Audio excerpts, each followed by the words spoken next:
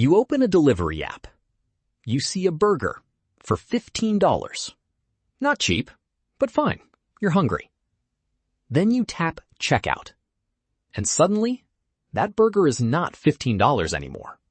It is $23, $26, sometimes close to $30.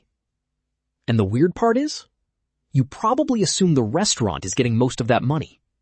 It usually is not. Because the delivery app receipt is not one price. It is a stack of toll booths. By the end of this video, you'll understand why food delivery feels expensive for customers, still frustrating for restaurants, and somehow profitable enough for apps to keep growing. And the answer is not just delivery fees. That is only the visible part. The real model has 3 layers. The menu markup you barely notice, the service fees you see too late, and the restaurant commission you never see at all. Then, underneath that, there is the strangest layer. Restaurants that are not really restaurants in the way you think they are. Ghost kitchens. Virtual brands. Same kitchen, different names. So freeze the receipt, because this is where the trick starts. Start with the burger. A delivery app menu price can already be higher than the in-store price before any fee appears.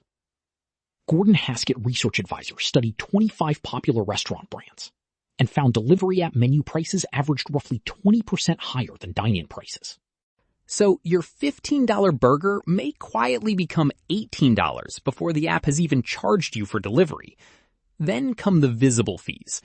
DoorDash says customer orders can include a service fee, delivery fee, long distance fee, regulatory response fee, small order fee, weather impact fee, express delivery fee, taxes, and optional tip. Uber says delivery fees vary based on things like location and courier availability, and one Uber help page lists a 15% service fee on the subtotal. So now do the simple version. $15 burger. 20% delivery menu premium. That is $18. Add a service fee, add a delivery fee, add tax, add a tip if you tip the driver. Now the $15 burger has crossed into the high 20s. Not because one person added $13, because 5 different line items each took a bite. But here is the part customers usually do not see. The restaurant may also be paying the app. DoorDash's own merchant pricing lists delivery commissions of 15%, 25%, and 30% depending on the plan. Uber Eats lists marketplace delivery fees of 20%, 25%, and 30% across its main United States plans. That means the app can collect money from the customer side and from the restaurant side on the same order. And this is where restaurants get trapped. Because restaurants are not software companies with giant margins. The National Restaurant Association says a typical restaurant's pre-tax profit margin is roughly 5%. So if a restaurant sells a burger for $15 and then pays a delivery marketplace a commission that can reach 25 or 30%, that is not coming out of some huge pile of profit. It has to come from somewhere.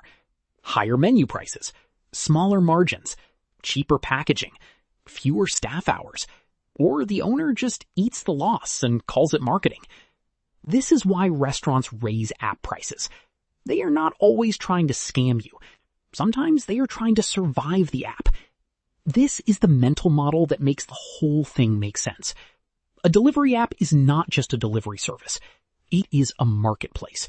And in a marketplace, visibility is money. DoorDash's higher tier plans add things like expanded delivery area, Dash Pass eligibility, and growth guarantees. Uber's higher tier plans offer increased discoverability, lower customer delivery fees, Uber One access, ads, and other visibility tools.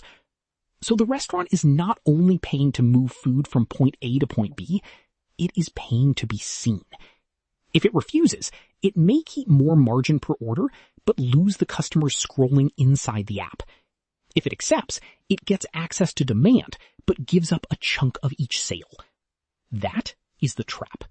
The restaurant needs the platform because the customers are there. The platform can charge the restaurant because the customers are there. And the customer keeps using the platform because the restaurants are there. Everyone is locked in by everyone else. Now for the strangest part. The restaurant you order from might not be a restaurant you can walk into. It might be a virtual brand. That means one kitchen can sell food under multiple names on the app.